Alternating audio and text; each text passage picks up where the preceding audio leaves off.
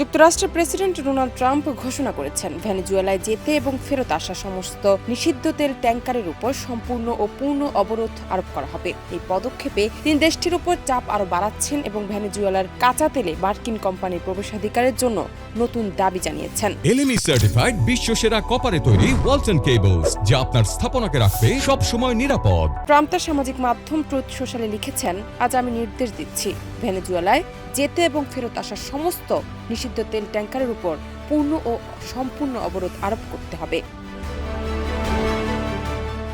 বিশ্লেষকরা মনে করছেন, এই পদক্ষেপ ভেনেজুয়েলার অর্থনীতি ও তেল রপ্তানিতে সরাসরি প্রভাব ফেলবে। দেশটির অর্থনৈতিক পরিস্থিতি তো মধ্যেই জটিল এবং নতুন এই অবরোধ পরিস্থিতিকে আরও গভীর সংকটে ফেলতে পারে। এই পদক্ষেপ কূটনৈতিক ক্ষেত্রে দুই দেশের সম্পর্ককেও জটিল করে তুলবে। যুক্তরাষ্ট্র ভেনেজুয়েলার তেলের প্রবাহ ও আন্তর্জাতিক বাজারের প্রভাব নিয়ে অতিরিক্ত নজর রাখছে। বিশেষজ্ঞরা বলছেন, এই নতুন নীতি আন্তর্জাতিক তেলের সরবরাহ ও মূল্য প্রভাব ফেলতে পারে, যা বৈশ্বিক অর্থনীতির জন্য গুরুত্বপূর্ণ। ট্রাম্পের এই পদক্ষেপকে অনেকেই তার প্রেসিডেন্ট কার্যকালীন কঠোর বিদেশ নীতি এবং ভেনেজুয়েলার উপর চাপ বাড়ানোর কৌশলের অংশ হিসেবে দেখছেন। এদিকে ভেনেজুয়েলার সরকার এই নতুন পদক্ষেপকে চ্যালেঞ্জ হিসেবে বিবেচনা করছে।